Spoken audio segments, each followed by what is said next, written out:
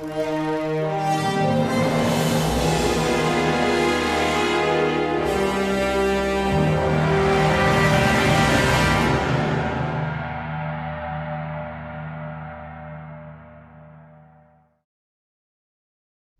to Cinema 35. My name is Craig Hamill. I'm the founder programmer of Secret Movie Club and your host for today. Today, we are going to be watching Charlie Chaplin's very first feature film. He had made tons of short movies, many of which are masterpieces, but today's movie, The Kid, made in 1921, is considered his very first feature film, and actually one of the best things that he ever made. Please stick around after the movie. We're going to be interviewing Los Angeles Council member Mitch O'Farrell. We're also going to be interviewing today Michael Alexander, who has been heavily involved for decades in Los Angeles and the arts, and put on for decades amazing public events in downtown Los Angeles that were free to the public at the California Plaza, because our theme is Los Angeles and the arts. And then we're going to give you a little more trivia and deep dive into The Kid. You know, all movies, like any work of art, they speak for themselves. I'm, in a way, superfluous. I'm totally happy to be here, don't get me wrong. I can't believe I get to intro these movies. I don't drive my family crazy. I get to talk to you because I'm obsessed with these films. But a masterpiece like Chaplin's The Kid speaks for itself. And yet, knowing some of the background behind the movie really enriches your experience of it. One of the fascinating things about this film is that Chaplin made it. He was in a rushed marriage, his first marriage of several, and his son had been born deformed and died within 3 days, his first son. And he had been experiencing creative block. And when his son died, the idea for this movie came about. Within 10 days, he was shooting this movie after the death of his son. And you can't watch this movie after you know that without seeing all the tremendous... Sorry, I'm Irish. I almost tear up thinking about it, and a family man myself. But you can't watch the movie without realizing that he's putting all of his emotion into this film, which you're going to discover is The Tramp. It's a comedy, but the Tramp accidentally discovers in this film became an international celebrity. And the other really interesting thing is that Chaplin himself, Charlie Chaplin, he was torn from his mother. He was born poor in Victorian England at the end of the 19th century. And at 7 years old, the state took him from his mother, who he loved, and put him into an orphanage. And you're going to see scenes here that are not just about Chaplin's feelings as a father, but Chaplin's feelings as a child who himself was taken from his parent. So in a weird way, both Chaplin the Tramp and Jackie Coogan the Kid are Chaplin. But enough. I'll talk more about this film and all the amazing things about it after. One of the great things here is that Chaplin proves himself, and I don't know who said this, this is not my own thought, but a contemporaneous critic at the time said Chaplin, with The Kid, proves himself not to only be possibly the world's greatest comedian, but its greatest tragedian. This film shows Chaplin's ability to balance laughs with tears, all in the service of something amazing. So let's get right to it. Charlie Chaplin's 1921 first feature, The Kid.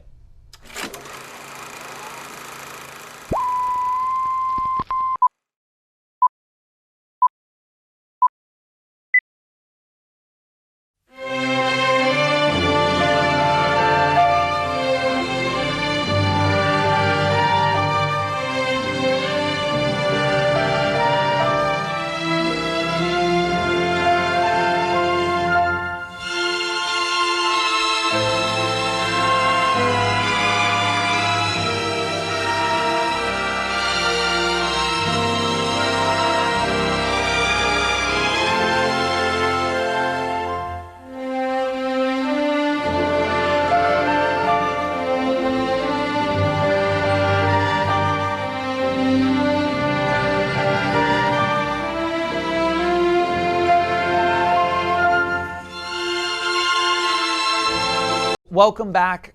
Thanks so much for watching Charlie Chaplin's The Kid, his very first official feature film. We're here with Councilmember Mitch O'Farrell talking movies.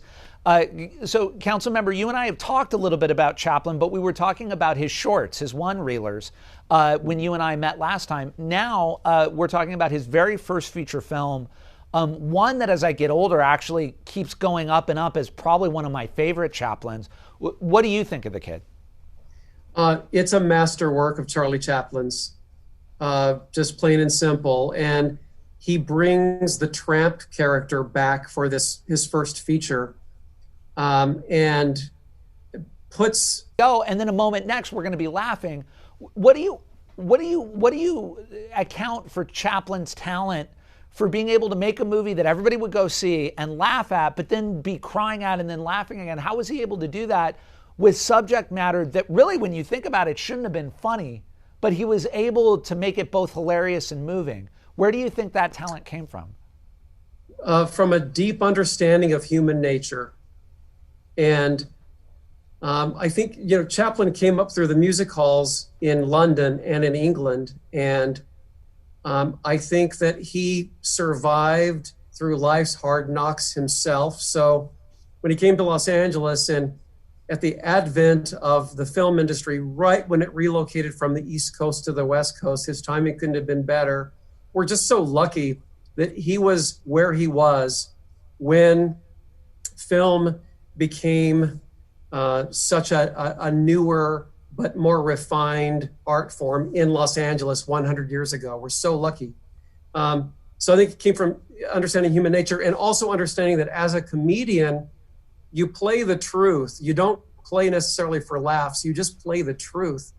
And then if you want to throw in some self-deprecating silliness, but never stray from the true emotions that you are communicating and presenting to an audience, then you really have the audience in your hands. And especially with the character, when the character himself or herself are in on the joke, that scene where they're separated, it's shattering. It's almost unbearable.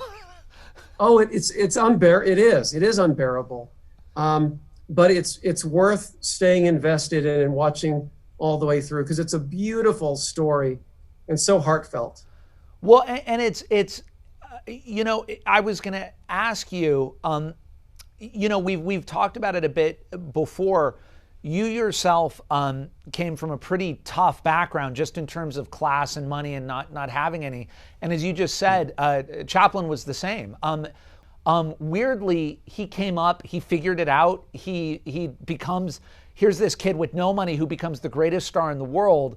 But he then goes back to his childhood experiences, and I guess he makes something important and worthwhile out of it. He doesn't let it embitter him. And I just want to throw to you, having come from a pretty tough background yourself, and now here you are, a council member, that's a pretty big journey as well. And I just wondered, for anybody who's watching this, who maybe is on hard times, who maybe doesn't know how they're going to pay their next rent check, or doesn't have money to go get food, how did you and your family see yourself through those times to be able to not just survive, but to thrive? We had undying love, despite all of the conflict and personal crises that swirled around us the whole time. A broken family, a reunified family, eviction from, multiple times from our homes. But which is why this always gets me so emotionally, because I cannot imagine a life for my siblings and I if we had been torn apart as a family on top of everything else. Right. And I just can't even, it's unfathomable to me, because all we had was each other at various times in my childhood. That's all we had. We didn't have anything else. And so that's the same story for anyone else who is living in poverty. That's the bare minimum. And, that's why we have such a responsibility in society to keep families together. That's everything. And I think Charlie Chaplin... as always, for talking movies with us, and we just want to tell everybody that every summer, the council member O'Farrell puts on the Echo Park film series in Echo Park. It's free. You should, if it is summertime right now or summer's coming, check it out, see what's playing. Go get your friends and watch some great movies. And thank you, as always, for talking with us about movies. Thanks, Craig. It's been a real pleasure talking about The Kid. We have a very special guest for this Cinema 35. Full disclosure, he is my uncle, Uncle Michael Alexander. He also, whether he was my uncle or not, was for, Michael, was it 20 years at Cal Plaza or more?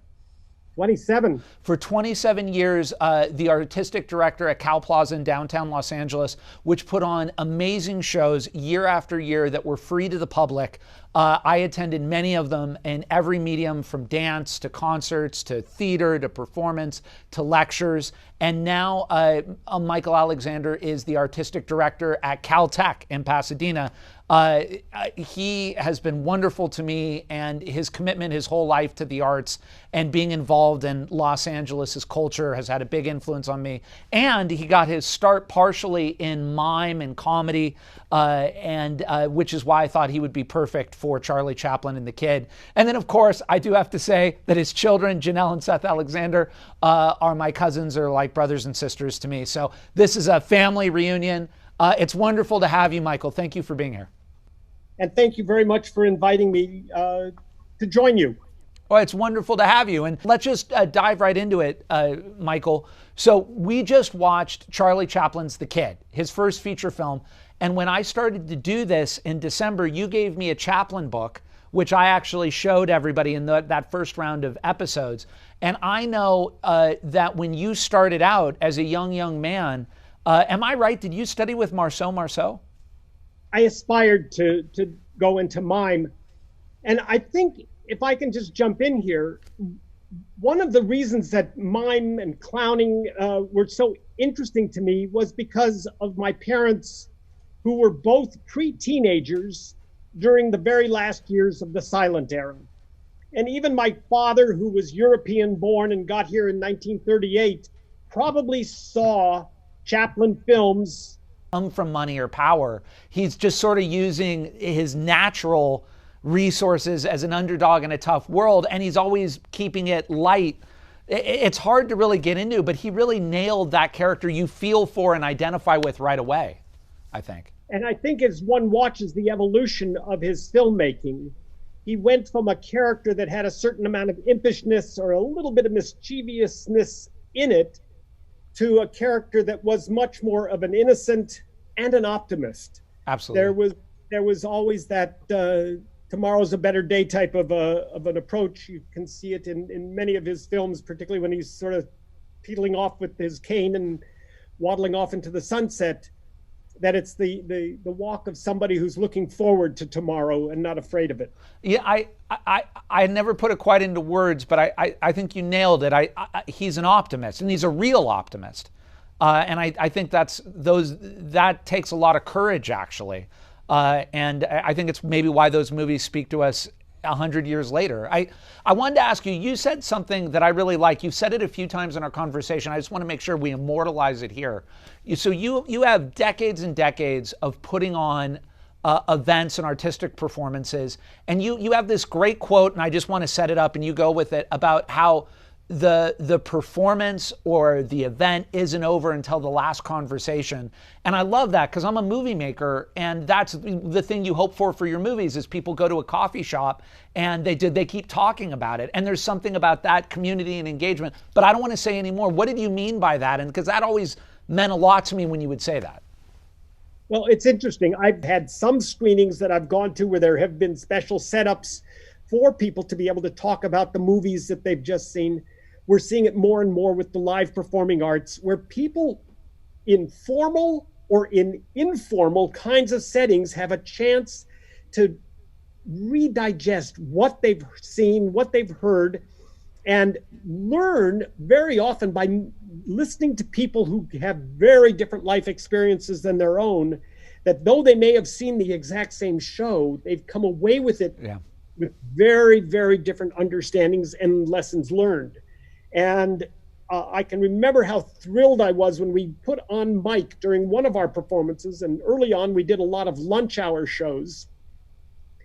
And even for the people that were not paying attention to the show, they were sitting around at tables at the plaza and eating lunch. They were able to overhear this post-performance conversation. And a young USC recent graduate of Asian heritage thanked us because she said this was the first time she saw her story on stage. And I think this is something that we're seeing more and more now in television and film. We certainly are seeing it more and more in live theater of all sorts, live performance, that people are getting a chance to see other people's stories. Right. And these are very, very important. And then the conversation that follows that is what starts to help us become more comfortable about where we are living in the most demographically diverse city maybe in the world. Well, Uncle Michael, thank you so much. I want to say this Michael Alexander, who joined us for this interview, if people want to find out about Caltech programming, where can they go? Events.caltech.edu. So if you see this episode in the next few years, you should go check that out. And you might even see Michael Alexander there and get a conversation going with him. Michael, thank you very much for being on the show. And for not to get corny, but it's the truth. For, you've lived your whole life devoted to the arts sincerely, and it's inspiring. And I appreciate it, and I appreciate you being on. Well, thank you very much for the invitation, and thank you for recognizing that. You do it because that's what you end up doing. It's not because you're aiming for some kind of accolade. But thank you. Well, thank you, and I'll talk to you soon. Big thanks to Council Member Mitch O'Farrell and Caltech's Artistic Director Michael Alexander for joining us to talk about Los Angeles and the arts in this film. Some deep dish trivia and background as a parting goodbye. Along with what we said in the intro, and I'm sure people have done psychological studies into this, and I hope if I ever bump into you on the street, someone can tell me what this is called, but Charlie Chaplin made from this point for the next 30 years, hit after hit after hit, each movie seeping into our consciousness and the pop culture consciousness. After The Kid, he did The Gold Rush, which is my personal favorite Charlie Chaplin film and actually in my top 35 films of all time. He'd go on to do City Lights in the early 30s with one of the greatest endings of all time. He'd go on to do Modern Times about the Depression and technological advances, which has imagery that we still have in our pop culture today of Chaplin the Tramp stuck in the gears of a big machine. He then went on to do The Great Dictator, which made fun of fascism and Adolf Hitler at the very beginning of World War II, long before everybody was in agreement that fascism and Adolf Hitler was a true evil in the world. And then even after that, he would go on to do Monsieur Verdot, a dark, dark comedy about a serial killer. Chaplin was just doing amazing movie after amazing movie. It's very interesting. After this movie, both Jackie Coogan and Charlie Chaplin went through very tough parts of their lives, which we can't get into right now. Jackie Coogan, actually, his parents wasted all of his money. And by his early adulthood, his stepfather, I believe, and his mother, but the parents, had blown all the money he had made from The Kid and other movies he made in the silent era. This forced the passage of what was called the Jackie Coogan Act, so that child stars couldn't be exploited. Although, unfortunately, you can see to this day, whether it's in pop or cinema, it can occasionally happen. Thankfully, Coogan ended up being, you may or may not know this, Uncle Fester on the Addams Family.